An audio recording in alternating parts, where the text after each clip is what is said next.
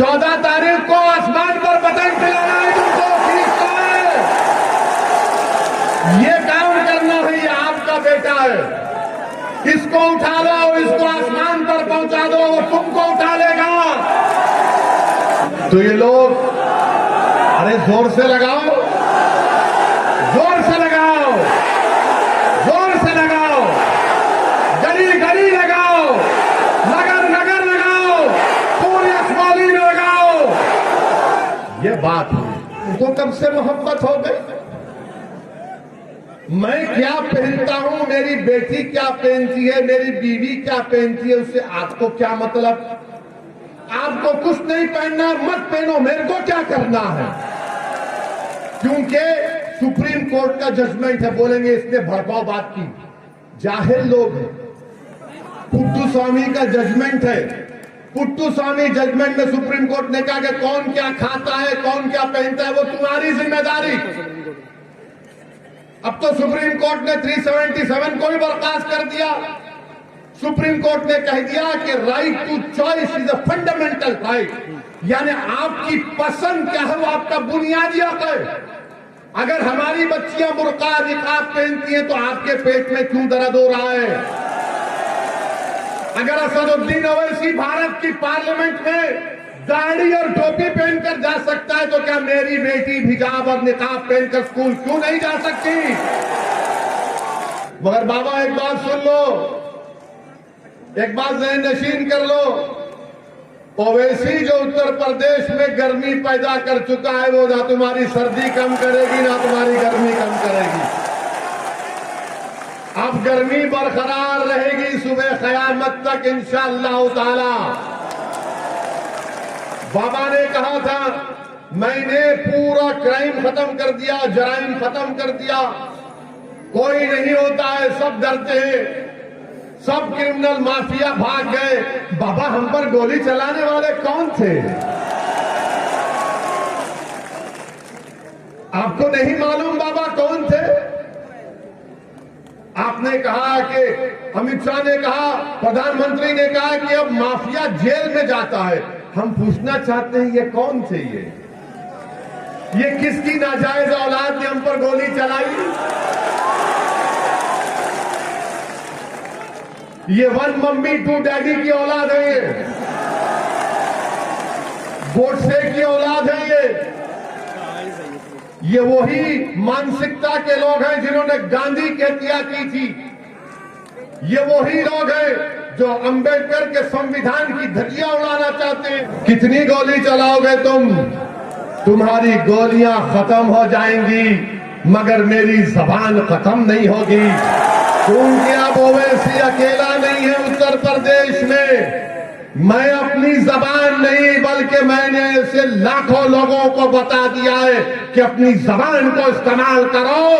वक्त के फिरौन के सामने खड़े हो जाओ, वक्त के नमरूद के सामने खड़े हो जाओ, वक्त के अबू जहल के सामने खड़े हो जाओ, वक्त के अबू लहब के सामने खड़े हो जाओ और वक्त के यजीदों के सामने अपनी गर्दन कटा देना मगर कभी झुकने नहीं देना अपने आप को। ये बाबा ने कहा कि ओवैसी को अपनी भाषण को देख कर देना चाहिए। बाबा मेरी जबान चलेगी तो तुम्हारे बोलने से नहीं चलेगी।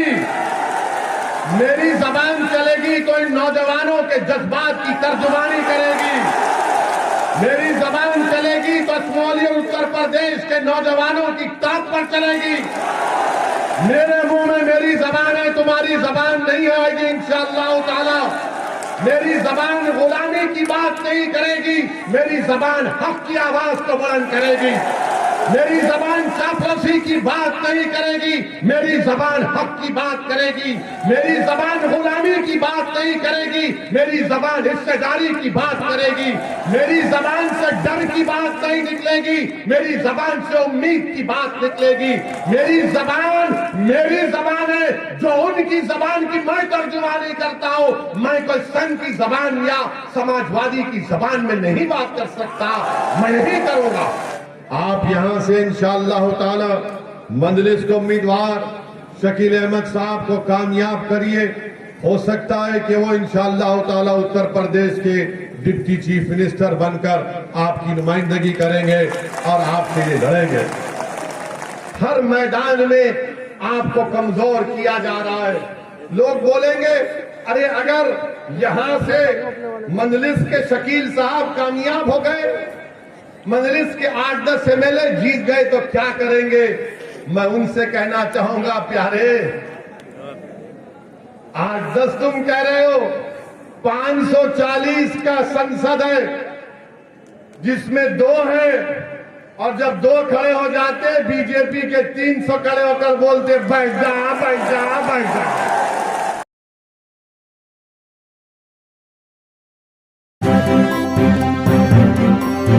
मीडिया वॉइस, आपकी आवाज। मेरे अजीज दोस्तों और बुजुर्गों,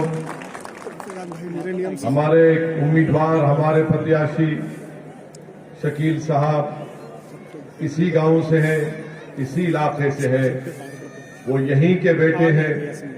और जब यहाँ के आपकी सरजमीन से एक जियाला उठता है मजलूमों को इंसाफ दिलाने के लिए, हिस्सेदारी की लड़ाई को कामयाब करने के लिए, जब कोई यहां से उठता है कि ताकि असमौली विधानसभा को जिन चीजों से, विकास से महरूम करके रख दिया गया, सही मानों में असमौली में विकास हो, मेरी आप तमाम से गुजारिश है कि आप 14 तारीख के दिन अपना एक वोट हमारे मजलिस के उम्मीदवार मोहतरम जनाब शकील अहमद साहब को पतंग के निशान पर बटन दबाकर इनको कामयाब और कामरान करें।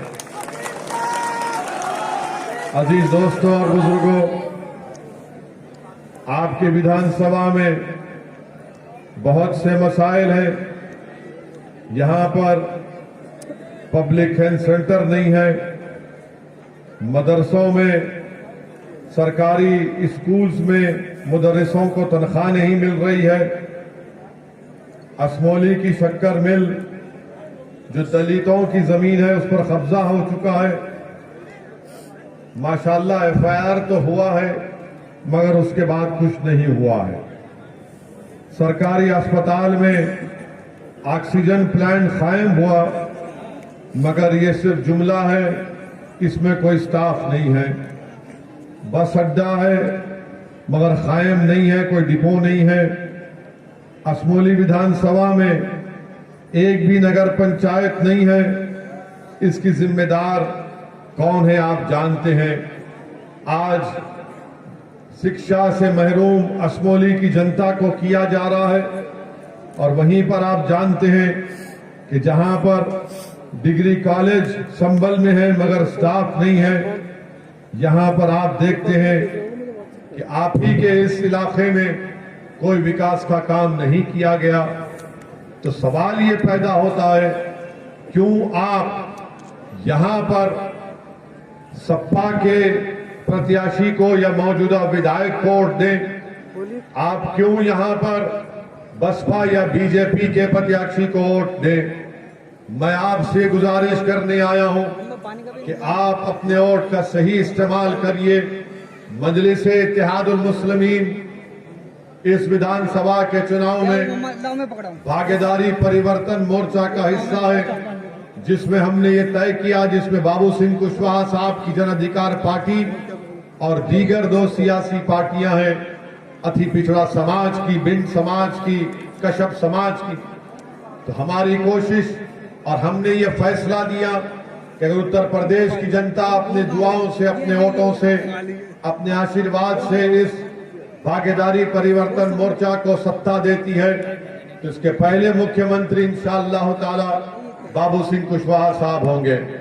मैं आपसे बताने आया हूं कि 3-5 साल में एक डिप्टी चीफ मिनिस्टर मुस्लिम अल्पसंख्यक समाज का होगा और 2 अति पिछड़ा समाज के होंगे। क्योंकि जब हम सामाजिक न्याय की बात करते हैं तो सामाजिक न्याय सिर्फ जबान से बोलने से अच्छा नहीं लगता, बल्कि उसको अमली जामेनामा पहनाने से सही मानों में आपकी नीयत का और आपके फैसलों का इम्तिहान होता है। आप यहां से इंशाअल्लाह ताला मजलिस के उम्मीदवार शकील अहमद साहब को कामयाब करिए। हो सकता है कि वो इंशाअल्लाह ताला उत्तर प्रदेश के डिप्टी चीफ मिनिस्टर बनकर आपकी नुमाइंदगी करेंगे और आपके लिए लड़ेंगे। मेरे अजीज दोस्तों और बुजुर्गों, ये लड़ाई हिस्सेदारी की लड़ाई है। अगर आप अपने वोट का इस्तेमाल डर की बुनियाद पर करेंगे तो जाहिर है समाजवादी तो यही चाहती है कि डर की बुनियाद पर आपको डराया जाए। बीजेपी यही चाहती है कि आप डर डर कर घुटन की जिंदगी गुजारें।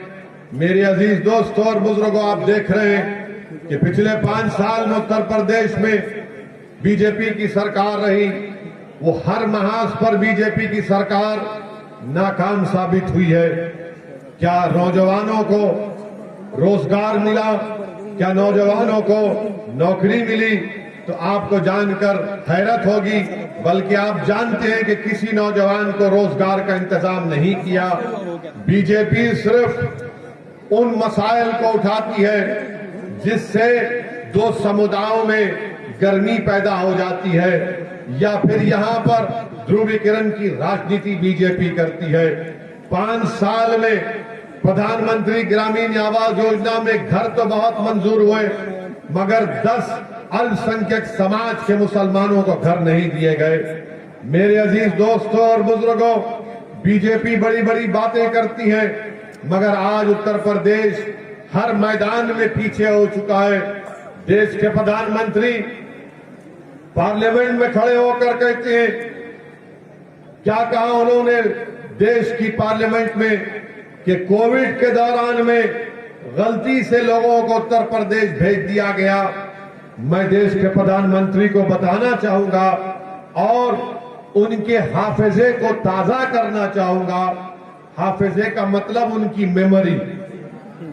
मेमोरी को ताजा करना चाहूंगा कि क्या जब कोविड शुरू हुआ तो क्या तबलीगी जमात पर जुल्म नहीं शुरू हुआ? क्या आपने इल्जाम नहीं लगा दिया अल्पसंख्यक समाज मुसलमान पर? आप ही की पार्टी के लोग कह रहे थे कि कोविड फैलाने में ये लोग जिम्मेदार हैं। बताओ प्रधानमंत्री, वो किसने किया? फिर कौन जिम्मेदार है उसका? और दूसरी बात बीजेपी नहीं बताती आपको, क्या जनवरी 2021 में बीजेपी पार्टी ने एक रेजोल्यूशन पास करके प्रधानमंत्री को मुबारकबाद दी कि प्रधानमंत्री को मुबारकबाद इसलिए दी बीजेपी ने कि हम कोविड से जंग जीत गए और ऑस्ट्रेलिया में भारत ने ऑस्ट्रेलिया की क्रिकेट टीम को हरा दिया। इतनी जल्दी आपने जनवरी 2021 को 1 साल पहले आप जाकर रिकॉर्ड निकाल कर देख लीजिए, बीजेपी की नेशनल एग्जीक्यूटिव कमेटी में बात कही गई। उसके बाद जब दूसरी वेव शुरू हुई तो क्या गंगा के पानी पर जो लाशें तीर रही थी प्रधानमंत्री, वो झूठ है? क्या उत्तर प्रदेश में लोग जब ऑक्सीजन के लिए तड़प तड़प कर मर रहे थे, वो झूठ है? क्या लोग को, आवाम को कोविड से दवाएं नहीं मिल रही थी, अस्पताल में बेड नहीं मिल रहा था, वो झूठ है? बताओ प्रधानमंत्री, बताओ बीजेपी, क्या ये बात सच नहीं है कि आपने 2021 जनवरी में आपने कोवैक्सीन और कोविशील्ड का ऑर्डर प्लेस किया, उसमें देरी हुई? अगर आप अक्टूबर नवंबर 2020 में कोविशील्ड और कोवैक्सीन की दवाओं का ऑर्डर प्लेस कर देते तो भारत में इतने लोग नहीं मरते। आपको सिर्फ तारीफ पसंद है, आपको सिर्फ अपनी तारीफ पसंद कि आपने ऐसा किया था। अरे आपकी हुकूमत की गलती की वजह से भारत में कोविड की सेकेंड वेव आई, बीजेपी जिम्मेदार है।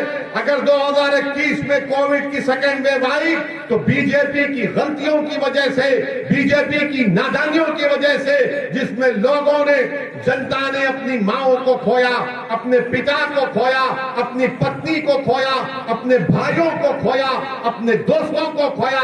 बताओ प्रधानमंत्री, आपने दवाओं का ऑर्डर क्यों नहीं पहले प्लेस किया? इसकी बात प्रधानमंत्री नहीं करेंगे। प्रधानमंत्री जब उन पर आ जाती है बात तो फौरन बोलते मैं जिम्मेदार नहीं हूं, कोई और जिम्मेदार है। क्या आप जिम्मेदार? सरकार क्या कर रही थी आपकी? दूसरी बात की अजीज दोस्तों और बुजुर्गों, आज बीजेपी के मुख्यमंत्री कहते हैं कि मैं उत्तर प्रदेश में मई जून में सर्दी पैदा कर दूंगा। मौसम वैज्ञानिक है बाबा आप। मई जून में कोई सर्दी पैदा कर देता है। अब बोलते हैं कि अब मैं सर्दी के मौसम में गर्मी पैदा कर दूंगा। अरे बाबा, आपकी सरकार तो दवा नहीं दे सकी, आपकी सरकार तो मरने वालों को अंतिम संस्कार करने के लिए लकड़ी नहीं दे सकी। आप कौन सी गर्मी और सर्दी की बात कर रहे हैं? आपने उत्तर प्रदेश के युवाओं को रोजगार नहीं दिया, नौकरी नहीं दी, मगर बाबा गर्मी और सर्दी की बात कर रहे हैं। मगर बाबा एक बात सुन लो, एक बात ज़हन नशीन कर लो, ओवैसी जो उत्तर प्रदेश में गर्मी पैदा कर चुका है, वो ना तुम्हारी सर्दी कम करेगी ना तुम्हारी गर्मी कम करेगी। अब गर्मी बरकरार रहेगी सुबह क़यामत तक इंशाअल्लाह ताला। बाबा ने कहा था मैंने पूरा क्राइम खत्म कर दिया, जराइम खत्म कर दिया, कोई नहीं होता है, सब डरते हैं, सब क्रिमिनल माफिया भाग गए। बाबा, हम पर गोली चलाने वाले कौन थे? आपको नहीं मालूम बाबा कौन थे? आपने कहा कि अमित शाह ने कहा, प्रधानमंत्री ने कहा कि अब माफिया जेल में जाता है। हम पूछना चाहते हैं ये कौन थे? ये किसकी नाजायज औलाद ने हम पर गोली चलाई? ये वन मम्मी टू डैडी की औलाद है, गोडसे की औलाद है। ये वही मानसिकता के लोग हैं जिन्होंने गांधी की हत्या की थी। ये वही लोग हैं जो अंबेडकर के संविधान की धज्जियां उड़ाना चाहते हैं। इनको रूल ऑफ लॉ पर भरोसा नहीं है, इनको रूल ऑफ गन पर भरोसा है, इनको बैलेट पर भरोसा नहीं है, इनको गोली पर भरोसा है। वो ये चाहते हैं कि इनकी आवाज को दबा दिया जाए। मैं पूछना चाहता हूं बाबा, ये गोली चलाने वाले कौन थे? और बाबा ने कहा कि ओवैसी को अपनी भाषण को देख कर देना चाहिए। बाबा, मेरी जबान चलेगी तो तुम्हारे बोलने से नहीं चलेगी। मेरी जबान चलेगी तो इन नौजवानों के जज्बात की तर्जुमानी करेगी। मेरी जबान चलेगी तो असमौली उत्तर प्रदेश के नौजवानों की ताक पर चलेगी। मेरे मुंह में मेरी जबान है, तुम्हारी जबान नहीं आएगी इंशाअल्लाह ताला। मेरी जबान गुलामी की बात नहीं करेगी, मेरी जबान हक की आवाज को बुलंद करेगी। मेरी जबान चापलूसी की बात नहीं करेगी, मेरी जबान हक की बात करेगी। मेरी जबान गुलामी की बात नहीं करेगी, मेरी जबान हिस्सेदारी की बात करेगी। मेरी जबान से डर की बात नहीं निकलेगी, मेरी जबान से उम्मीद की बात निकलेगी। मेरी जबान है जो उनकी जबान की मैं तर्जुमानी करता हूं। मैं कोई संघ की जबान या समाजवादी की जबान में नहीं बात कर सकता, मैं नहीं करूंगा। अगर ये मेरा जुर्म है तो इस पर गोली चलाएंगे तो चलाने वाले चलाओ। कितनी गोली चलाओगे तुम? तुम्हारी गोलियां खत्म हो जाएंगी मगर मेरी जबान खत्म नहीं होगी। क्योंकि अब ओवैसी अकेला नहीं है उत्तर प्रदेश में। मैं अपनी जबान नहीं बल्कि मैंने ऐसे लाखों लोगों को बता दिया है कि अपनी जबान को इस्तेमाल करो। वक्त के फिरौन के सामने खड़े हो जाओ, वक्त के नमरूद के सामने खड़े हो जाओ, वक्त के अबू जहल के सामने खड़े हो जाओ, वक्त के अबू लहब के सामने खड़े हो जाओ और वक्त के यजीदों के सामने अपनी गर्दन कटा देना मगर कभी झुकने नहीं देना अपने आप को। ये हम जब बात करते हैं तो ये लोग, अरे जोर से लगाओ, जोर से लगाओ, जोर से लगाओ, गली गली लगाओ, नगर नगर लगाओ, पूरी असमौली में लगाओ। ये बात हुई। अब भैया को और बाबा को नींद नहीं आएगी।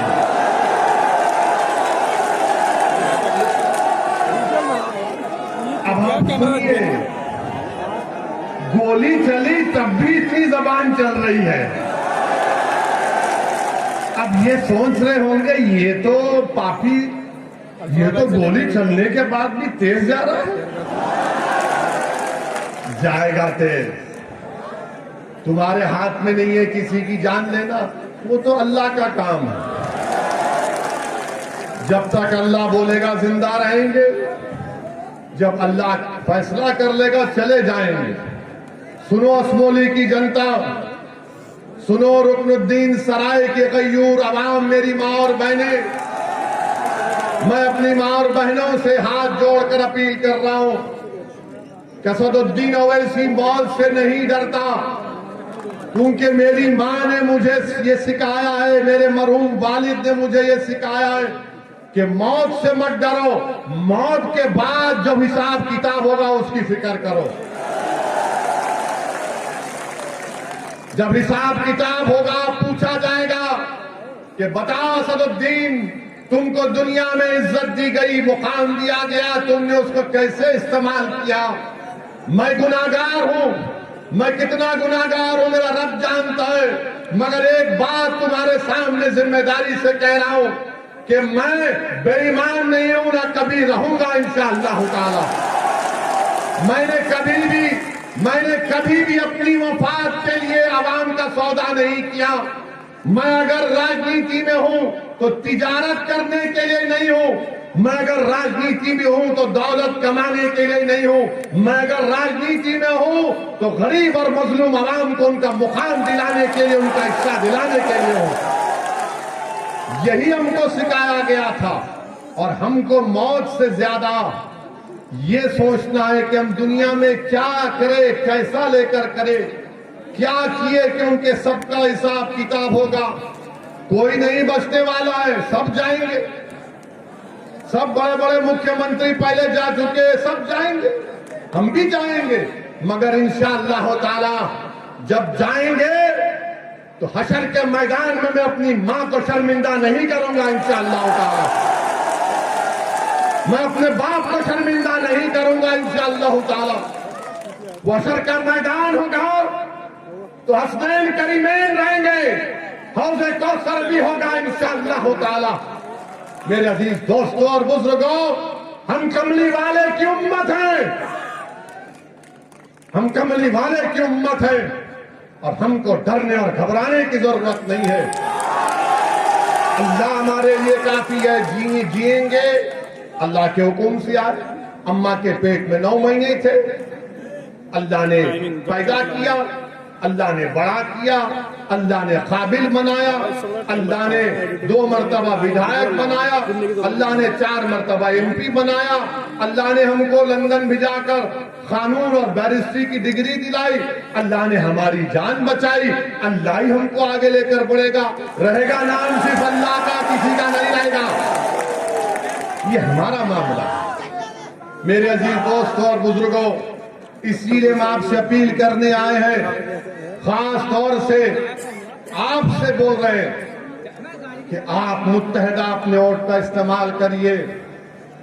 आप कब तक दरी बिछाएंगे समाजवादी के लिए?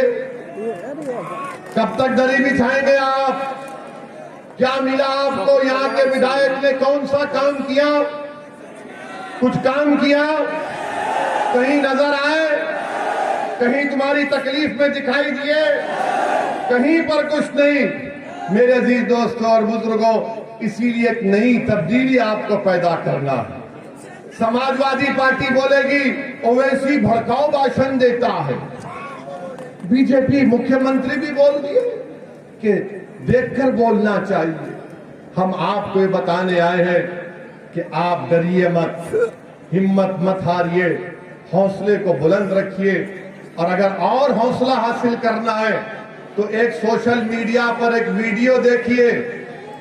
कर्नाटका में एक बच्ची हिजाब पहनकर मोटरसाइकिल रखकर अपने कॉलेज को जाती है तो 25-30 नौजवान उसके करीब आकर नारे लगाते हैं, उसको डराते हैं। उस बच्ची ने जो बहादुरी का काम किया, उस बच्ची ने उन तमाम के तरफ देखकर कहा अल्लाहु अकबर।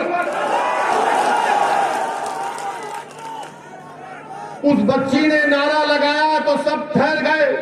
फिर से कहा अल्लाह अकबर, 3 मरतबा कहा उसने। तो यही मैं कह रहा हूं, अगर भीड़ आ जाती है, गोलियां चलती है, सिर्फ 5 सेकंड के लिए तुम ठहरो, रहमत नाजिल होगी, तुम्हारे हौसले बुलंद हो जाएंगे। सिर्फ 5 सेकंड ठहरो। तुम अगर एक वक्त ठहर जाओगे, तुम अगर एक वक्त असमौली में एक अच्छा फैसला ले लोगे कि अब डर की बुनियाद पर वोट नहीं दिया जाएगा, उम्मीद की बुनियाद पर वोट दिया जाएगा।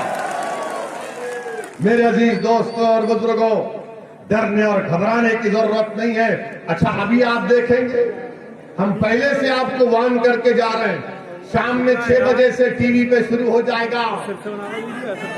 मुस्लिम महिलाओं को बुर्का और हिजाब के नाम पर दबाया जाता है। अरे तुमको कब से मोहब्बत हो गई? मैं क्या पहनता हूं, मेरी बेटी क्या पहनती है, मेरी बीवी क्या पहनती है, उससे आपको क्या मतलब? आपको कुछ नहीं पहनना, मत पहनो, मेरे को क्या करना है? क्योंकि सुप्रीम कोर्ट का जजमेंट है। बोलेंगे इसने भड़काऊ बात की, जाहिल लोग हैं। पुट्टू स्वामी का जजमेंट है।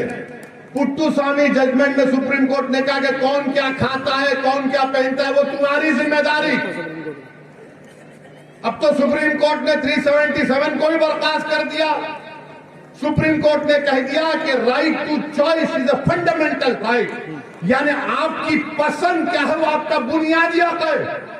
अगर हमारी बच्चियां बुर्का निकाब पहनती हैं तो आपके पेट में क्यों दर्द हो रहा है? अगर असदुद्दीन ओवैसी भारत की पार्लियामेंट में दाढ़ी और टोपी पहनकर जा सकता है तो क्या मेरी बेटी हिजाब और निकाब पहनकर स्कूल क्यों नहीं जा सकती? क्यों नहीं जा सकती? और आप कहते कि मुसलमान पीछे हो रहे हैं, पढ़ते नहीं है, पढ़ाते नहीं है। अरे अब तो पढ़ना चाह रहे ना।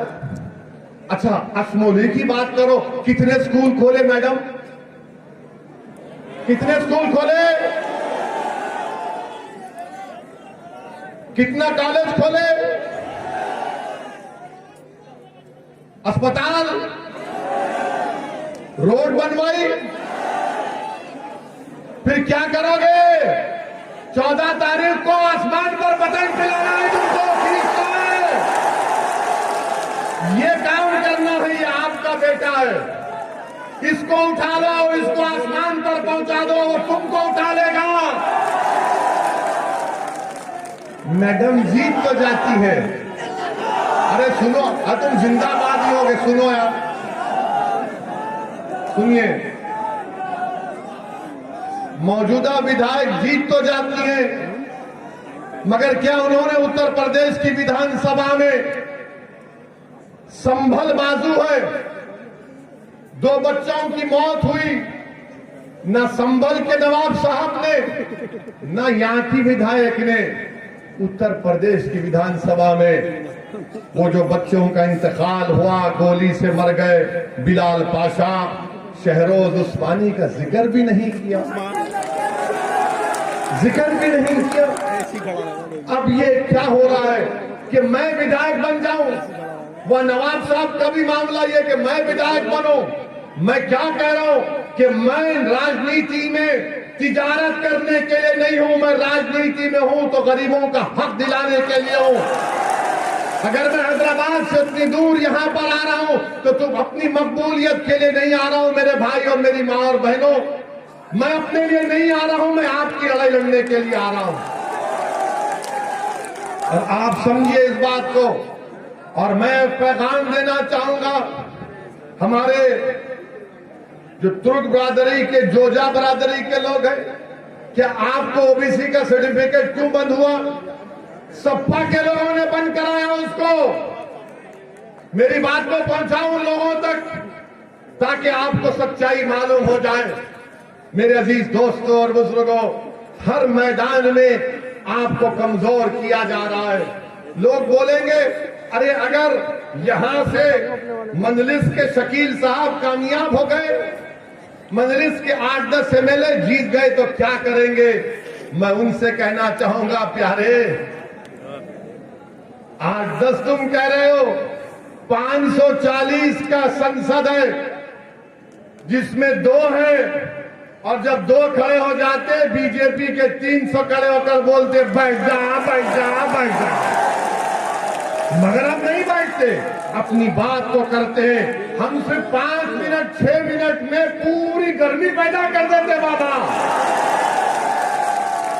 अभी हमारा भाषण हुआ था, हमले के बाद 4 गोलियां चली। दूसरे दिन हम पार्लियामेंट गए, स्पीकर साहब ने हमको मौका दिया, अल्लाह उनको अच्छा रखे। हमको 6 मिनट बोलने का टाइम मिला, हमने पार्लियामेंट को सच्चाई बता दी। अब लोग हमसे पूछते हैं कि 24 घंटे तुझ पर नहीं हुए गोली चलाने के बाद और तू आकर ये बात कर सकता है, वो क्या है? हमने कहा 24 घंटे न छोड़ो, अगर 4 घंटे भी हो गए तो उससे ज्यादा हम बोलते, क्योंकि हमारी जिंदगी हम अपने रब को दे चुके हैं, हम दे चुके हैं। अब वो चाहे कहां डाले किधर डाले, वो उसका काम। मेरे अजीज दोस्तों, मेरे इज्जतदार माँ और बहनों, 14 तारीख के दिन एक तारीखी फैसला कर लो। आप अज़ा हो रही है, इसीलिए आपसे अपील कर बोले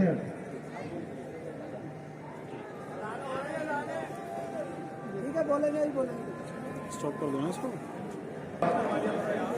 कि आप इस विधानसभा के चुनाव में, इस हिस्सेदारी की लड़ाई में आपकी मदद की, आपके ताउन की, आपके दुआओं की बेहद जरूरत है।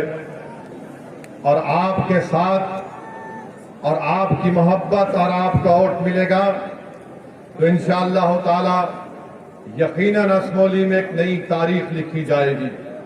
और शकील अहमद को आप अपने वोटों से यहां से विधायक बनाकर उत्तर प्रदेश की विधानसभा में भिजाएंगे।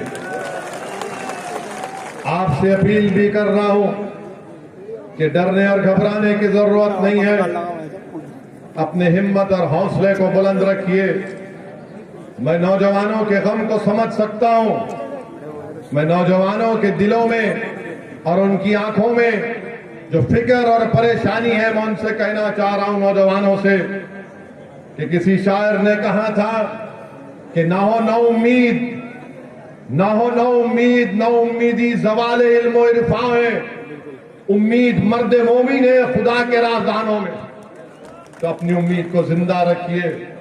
और जो लोग हमारे भाई सपा में हैं, मैं उनसे कहना चाह रहा हूं कि नहीं तेरा नशेमन, नहीं तेरा नशेमन क़स्र सुल्तानी के गुंबद पर, नहीं तेरा नशेमन क़स्र सुल्तानी के गुंबद पर। तू शाहीन है बसेरा कर पहाड़ों की चट्टानों पर। छोड़ो उन लोगों को, आओ हमारा साथ दो। अगर तुमको नेता बनना है तो आओ ओवैसी के कंधे पर खड़े हो जाओ। अगर तुमको तरक्की करना है राजनीति के लिए तो अपने दिलों को साफ कर लो, गरीबों की नीयत को अच्छी रख लो। अगर हमारी जिंदगी तुम्हारे लिए फायदेमंद हो सकती है तो होगी इंशाअल्लाह। और अगर मौत भी हमारी फायदेमंद हो सकती है तो उससे भी फायदा हासिल करो, मगर कुछ तो करो। कब तक तुम डर डर कर इन लोगों की गुलामी करोगे? तुम कब तक इनके लिए दरी बिछाओगे? अरे कब तक दरी बिछाओगे? कब तक नारे लगाओगे कि भैया तुझ पे जवानी कुर्बान? अबे कितनी को जवानी कुर्बान करेगा? दादा ने गरीब बाप ने की, अपनी जवानी को बचा ले अपने लिए, अपनी जवानी को बचा ले अपने लिए। इसीलिए बीजेपी वाले बोलते, क्या बोलते, वो रोटी नून खाएंगे उनको जिताएंगे। हम कह रहे हैं कि रोटी नून नहीं खाएंगे, दरी नहीं बिछाएंगे और पतंग को जिताएंगे। गजब बेइज्जती है।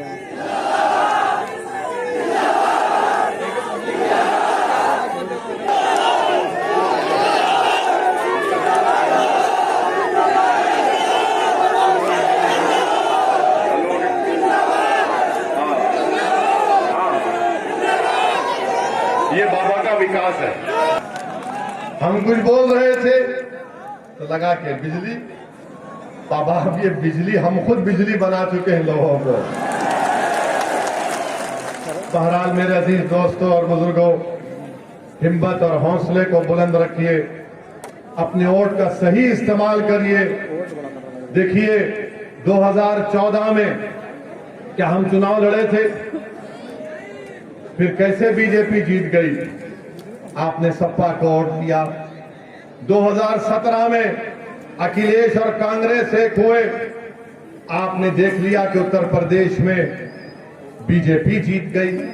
2019 के लोकसभा के चुनाव हम नहीं लड़े, फिर भी बीजेपी जीत गई। मैं आपको बता रहा हूं कि आपके वोट की अहमियत अब खत्म हो चुकी है। आपके वोट की अहमियत कोई नहीं बाकी रही। ये कड़वी बात सच्चाई से कह रहा हूं। आप तो झोली भर भर के खैरात के तौर पर वोट दे रहे हैं, मगर उनके पास आपकी कोई अहमियत नहीं है, न मान सम्मान आपका किया जाता है। आप खुद देख रहे हैं कि 3-3 मर्तबा आपने 6.5 साल में इन तमाम बसपा सपा को वोट दिया, मगर बीजेपी कामयाब हो रही है। मेरी इस बात को लिख के रख लो तुम आज। मैं रुकनुद्दीन सराय में खड़े होकर कह रहा हूं, अगर कोई ये समझ रहा है कि सपा और बसपा को वोट देने से बीजेपी की कामयाबी को रोक देंगे, नहीं रोक पाएंगे। अपने वोट को जाय होने से बचा लो, अपने वोट को जाय होने से बचा लो। अगर आज आप अपने वोट को मजलिस के हक में इस्तेमाल करेंगे तो आपकी अहमियत बढ़ेगी, आपकी कीमत बढ़ेगी, आपका मान सम्मान बढ़ेगा, आपकी आवाज उत्तर प्रदेश के विधानसभा में जाएगी। आवाज तो गई असमौली से, मगर उस आवाज में दम नहीं था। वो आवाज तो आपने भिजा दिया कामयाब होकर, मगर मैडम और मोहतरमा खाली परिवारवाद की बात करती है। अगर शकील कामयाब होगा तो गरीबों की, मजलूमों की इंसाफ की बात है। तो इसीलिए आपसे अपील कर रहे हैं कि 14 तारीख के दिन आप सुबह सुबह अपने घर से निकलकर पतंग के निशान पर पूरे एतमाद के साथ बटन दबाइए और अपनी जमात को, अपनी आवाज को हिस्सेदारी की लड़ाई में आप अपना सहयोग दीजिए, अपनी लड़ाई में कामयाबी हासिल करिए। मैं आपको कह रहा हूं कि मजलिस और ओवैसी सिर्फ इस लड़ाई की नहीं है, मैं आता रहूंगा जब तक अल्लाह मुझे जिंदा रखेगा। मेरी जिंदगी का मकसद ये है कि आप तमाम मुझसे काबिल नेता बन जाए। मेरी जिंदगी का एक ही मकसद है कि मेरी बहनें सियासत में आए। मेरी जिंदगी का मकसद ये है कि अब हर मैदान में हमको हिस्सा मिले, विकास में मिले, ठेकेदारी में मिले, शिक्षा में मिले, नौकरी में मिले, राजनीति में मिले। ये हमारी कोशिश है। आप इसमें अपना साथ दीजिए और हमारे लिए दुआ करिए कि अल्लाह सुब्हानहू व तआला हमको इन तमाम जालिमों के शर से हमको और आपको महफूज रखे। अस्सलाम वालेकुम व रहमतुल्लाहि व बरकातहू।